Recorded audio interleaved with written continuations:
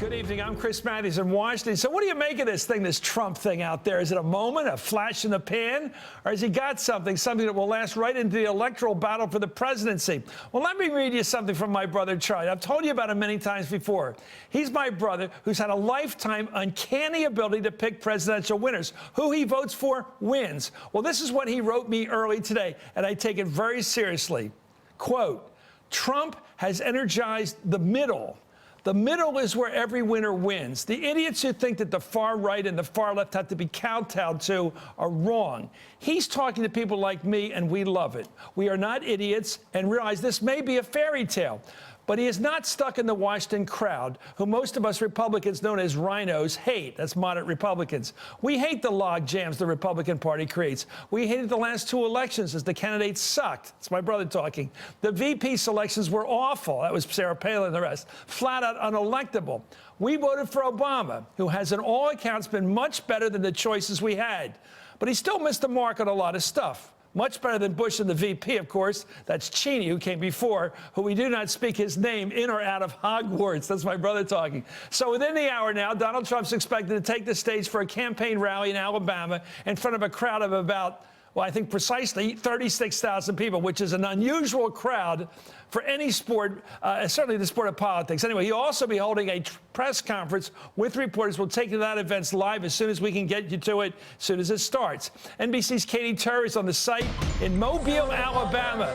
First of all, what's the temperature down there? It's beautiful here in D.C. Is it a hot summer, sultry, what do you call it? Well, never mind. What do you call it down there? What's the nickname for down there? Oppressive. Redneck Riviera. Sweltering, yeah, oppressive, humid, make it melt.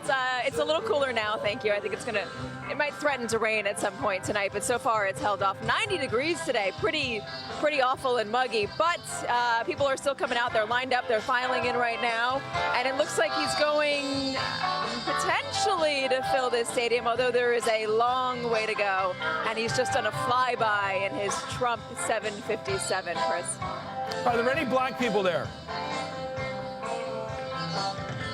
I have not seen any today that have come out for Donald Trump. I actually spoke with a lot of people at lunch today, and they were all, to be blunt, Caucasian white people who expressed support. The others did not.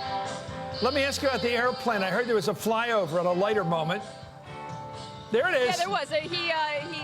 Yeah, exactly. He did his 757 flyby to the crowd. They announced it, and there was some pretty big cheers. You have to admit, he does like to make an entrance. Chris, I really love that letter from your brother, and I think that's going to resonate with a lot of people, because that's what I'm getting when I'm talking to people in the 7 states that I've been with him to. Also, when I'm flying over a number of the other states, sitting next to people on plane, asking me what they do. I'm telling them I'm following Trump. And otherwise, people that just look like you and me, normal-looking people, not far right, not far left, normal-looking people who have normal-looking opinions on things, saying that they just really feel like he is speaking to them, that he's reasonable, that he's not a politician, that he's not going to keep feeding them the biased information or telling them one thing and doing another. So certainly this is a moment in time right now. It remains to be seen if this is going to be a movement, but this is the dog days of summer right now. No football season right now. School is still out for a lot of the country. No fall TV. The entertainment on television is Donald Trump going out there and making a run for the presidency. So if this lasts through the fall, then you'll really have something to contend with. But as of now, he is not going anywhere, and he is as loud as ever, as is this music. Okay, Katie, we'll be back to you when the Eagle has landed. Thank you for joining us. By the way, you'll be with us throughout the hour. With me now, the Huffington Post Howard Feynman, host of MSNBC's Up, Steve Kornacki, and MSNBC national correspondent Joy Reid. Joy Reid, I want to go over these because I read your pre-interview, and I know where your thinking is in your analysis. What's interesting in these polling we're coming up with here now, the CNN ORC poll, the National Opinion Research Corporation, is basically that he isn't going to the left or the center left, but his appeal seems to pick up on independents who lean Republican. Then you get moderate Republicans, then further right you get conservative Republicans, then you get Tea Partiers. So he has a big grab of the electorate starting somewhere in the middle. So he's middle to right. He's not, you think though, but based upon your sampling, that he's all Tea Party. I wonder if you think that still. Well, no, I mean, I'd like to see a Venn diagram between the Tea Party, the Palinites, and the Trump supporters. I'll bet there'd be a lot of overlap there. And remember, the Tea Partiers claimed they weren't far right. They weren't really Republicans. They were just, average Americans who wanted the truth. And so I think what you have with Trump and what I see as his base is not just the far right, but the right. And it's a lot of Republicans who are disgruntled with the Republican Party. It's white Republicans. It's mostly white male Republicans. And it's basically white Americans who feel left out of Obama's America, who are peeved with the fact that their preferred party can't seem to beat Obama, and who want to hear a guy be able to stand up and be as politically incorrect as they can't be. They'd get fired from their jobs if they put on Facebook some of the things Trump said. But here's a guy who can say what he wants, to them be a man's man and get out there and be the kind of Ronald Reagan-esque kind of America where we did what we want, said what we want, pushed the world around, and told them to go to hell if we wanted to. I think that's what they like. Well, you're capturing his idiom there, that's for sure. Howard, you're smiling. Well, is she right? I mean, I think it starts in the middle right and moves to the hard right. I don't think it's just a bunch of crazy right-wingers. Well, maybe I can accept any analysis except the polling's pretty solid here. Yeah, and I saw one respected poll today of Republicans that said that 57% of Republicans now expect Donald Trump to be the Republican nominee. Now, that's the Rasmussen... I'm sorry, no, wait, don't laugh. That's the Rasmussen poll, which is pretty well respected and is certainly quite well respected when it comes to Republicans, because that's their sort of in-house bias. So that's very interesting to me. This is the fastest evolution in history. Well, and you got to remember... I thought accepting same-sex marriage was a fast evolution. As Joy was... This is really fast. As Joy was saying, and as Katie Tur pointed out by looking around the crowd, this is a sectarian, this is a racially sectarian thing at this point. Right, okay? You can see that in the crowd. You can see that in the crowd. If you're Hispanic, and you're in a Hispanic family, and you hear what Donald Trump is saying, that's not dog whistle, but foghorn, about getting 11 million people out of the country, get them out of the country. When you see his almost casual comic expressions of violence, which we saw the other night, bing, bong, holding up the gun. Corleone. Yeah, it was a little bit of Corleone, a little bit of making the trains run on time. Yeah. But the positive side is that he is telling people in the middle class, in this conservative suburban middle class, that he can get things done. And by the way, he's not saying I'm going to destroy government. He's saying I'll make sure you get your Social Security check. I'll make sure it doesn't go bankrupt. I'll make sure you get Medicare. I'm the only guy left who can make government work. Because it's so big and sprawling, so sprawling that you need somebody of my business cleverness and my confidence to actually make government work. So he's appealing on that side, and he's appealing on the business side and the fear side as well. Sounds so true. Steve, your take. All three. I want to hear all three. You're last, but let's hear it. Yeah, no, I mean, I think, look, there's been an assumption that I think we're seeing is maybe being proven wrong by the Trump campaign, but there's been an assumption for the last few years since the rise of the Tea Party that, the Tea Party itself, the Republican base, the right wing, it was all an ideological movement that was going to pull the party further to the right. And certainly the party has gone further to the right. But I think what we're seeing in Trump is that fundamentally, as Joy said, as Howard said there, what's driving and motivating the base of the Republican Party is this sense of cultural anxiety. And the interesting thing about Donald Trump, Howard's just getting to it there, is listen to some of the things he says. He goes out there and he says the Iraq War was one of the biggest mistakes in American history. He goes out there and he says, the Bush family has no business running the country anymore. He goes out there and he says, countries that have single-payer health care, that's not a bad thing in those countries. Okay, you're on a hotline here, Steve, so you're up there in New York. I love the way you work in shirt sleeves, by the way. It's kind of rough and ready. It's cool. I'm very millennial. Anyway, let me ask you this. He's a secular guy. He's been married 3 times. I'm not knocking it, but he's hardly a Bible thumper. He is not exactly running on culture or religious issues. He's no Rick Santorum. It doesn't seem to bother Southern people, Southern whites who are mostly Baptist and religious as a general rule. It doesn't seem to bother them that he's lived in New York and Manhattan, the Sin City as far as most of them are concerned, up there with all those ethnic people. It doesn't seem to bother them. The fact that he's a New Yorker with the New Yorker brashness doesn't seem to bother them. Is there anything cultural that he has in common with the people in those stands tonight? Anything? Culture, I think Joy hit on it, though. He's speaking to this sense of cultural anxiety about the rise of the Obama coalition in the last few years, this nostalgia for Ronald Reagan, Make America Great Again. That is a callback to Ronald Reagan right there. And he shares their absolute disgust with and contempt for the Republican Party establishment and major political institutions in this country today. And when he goes up there and he calls out, for instance, the Bush family by name, when he calls the Iraq War one of the biggest mistakes in American history, he is talking speaking in a way that none of these other Republicans talk like. And he's telling the people in that base, yeah, they all say the things you want to hear, but none of them mean it and none of them deliver on it. Look at me. I'm being authentic. Okay. I am actually somebody who can deliver on it. Let me get back to Joy. Joy, I want to ask you a question, a profound anthropological question, because I've never did. Ronald Reagan seemed to work it. He worked with the Irish, the Italians, the ethnics, the Polish, the people that were sort of in the middle politically, the ones that never felt like country club types, if you will, that weren't elite in some sort of social sense, which is all nonsense, most of this stuff. But among African Americans, Reagan never got a yes. What was that about?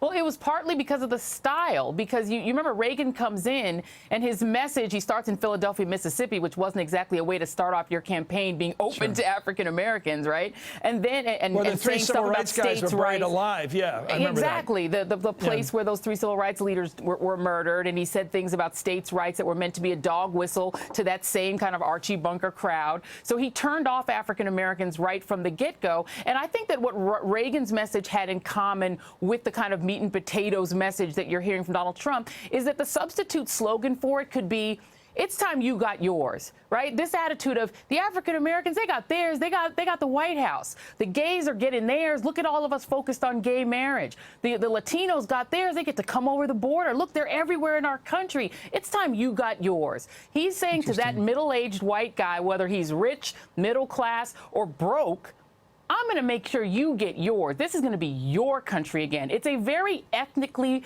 polarizing appeal, and it really can only appeal to that white guy. It isn't going to appeal to African Americans and Latinos, because when he's saying to that white guy, you're getting yours, he means getting yours and getting it and taking it away from, or pushing away all of the rest of us and saying this is your America, not theirs. Robert De Niro, you talking to me? You talking to me? Well, I think it's a little Robert De Niro and a little Ayn Rand, in the sense that he's all. I mean, I agree with most of what Joy was saying there, but and I do think it's racially divisive. But he's also saying, look, I'm not going to destroy the private sector, but I'm a businessman, and I'm going to restore the vigor of private enterprise, and everybody's going to get rich. He's saying everybody's going to get rich because I know how to get rich. I'm going to make other people rich. He's sort of like the Pope of the free market. I mean, that's the other thing he's running as. He's saying, I've been successful. No minimum wage, no EPA, none of that stuff. None of that stuff. Let's get the government out of regulating that stuff, and I will let you business people, you middle-class business people, do better, because I'm going to get that part of the government off your back. Why couldn't guys like Michael Bloomberg and Ed Rendell that talked about building again, how come they couldn't sell it? Well, Michael Bloomberg could sell it because he spent his life in business. Well, Rendell, I mean, everybody's been talking to build. Let's get building highways. Let's get building bridges. Let's get fix the subway system in the big cities. Right. It never worked. It didn't. Well, he also has, and again, to refer to Ayn Rand again, he's got the builder. I mean, he's saying, I build things. That's true. And it's a metaphor that works up to a point. I mean, you can examine the details and wonder. But when he says, I can build a wall, he's built a lot of big buildings. Superficially, at least, people believe him. David Garth's commercial for Huey Carey back in 1974. I have a vat of this in my head. Before somebody tells you what they're going to do, first ask them what they've done. Powerful stuff. Anyway, thank you. It worked for Huey Carey.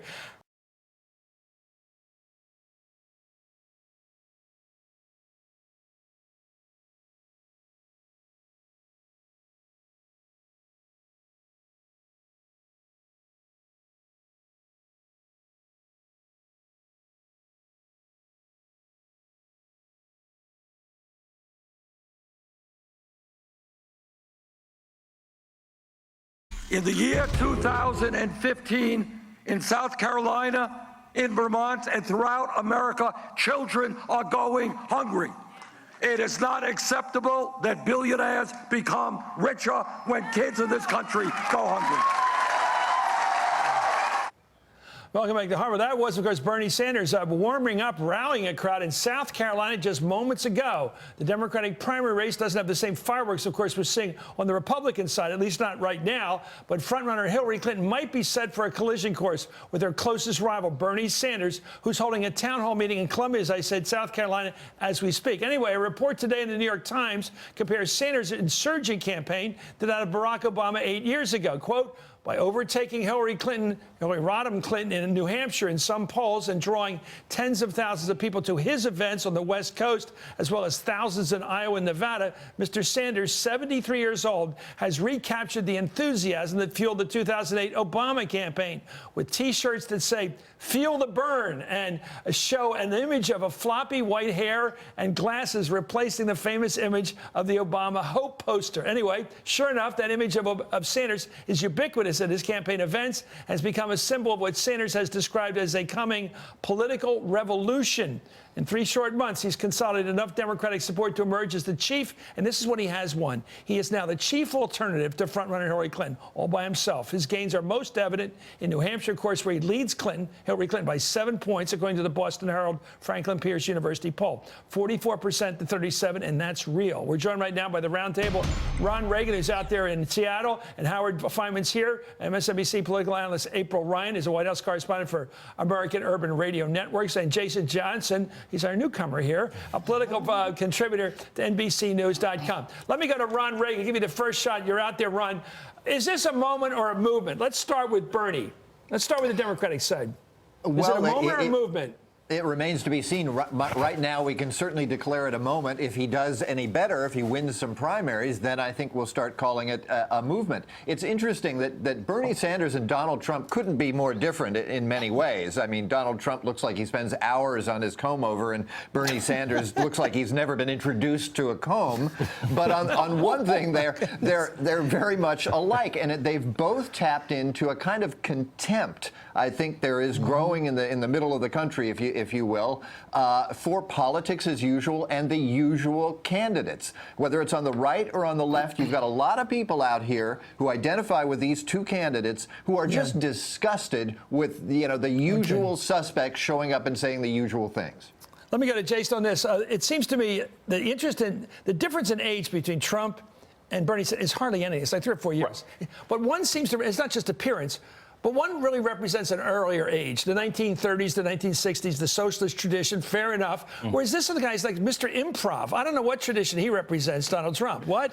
That's what's so exciting about both of them. Look, Donald Trump seems like the kind of guy who could jump off a horse in the middle of a rally. I'm expecting him to land his helicopter in this rally in Alabama or skydive out. It's exciting. It engages people. I was at Netroots with Bernie Sanders. People came running in there like it was a Justin Bieber concert. Wow. I mean, they both get a lot of excitement. It's just like the Tony Bennett thing.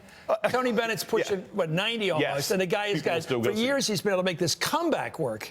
With going up against Lady Gaga and people like that. Oh, yeah, people still find it exciting. But his comeback has been with, like you say, with Lady Gaga or with Stevie Wonder. It's not by himself. And for Bernie Sanders, he's 73 years old, and we're seeing the test of the trail. It's about stamina, and we're hearing his voice crack already. And he might have great, yes, Bernie, and he looks tired. And whereas the other guy seems to be juicing up. Oh, Donald Trump is ret to go. Started. He is ret to go, as they say, the kids say. What happens to Howard? Who's running this store? Who's running which store? He's got an $11 billion business he supposedly runs, and he just left. He took French leave of it. Nobody's saying, where's Donald? It's not only stylistic in the comb or lack or comb. It's not only the energy or the lack of energy. They're coming from different places. Philosophically, meaning that Donald Trump is the big business guy descending out of the clouds of big business to make society work. And where's Bernie coming from? And Bernie is coming from the campus with a list of non-negotiable demands. He's serving a subpoena on the country. We went to school with that guy. We know him. He's a political science professor. We know that in the 60s, that's right. Give peace a chance, my guy. favorite political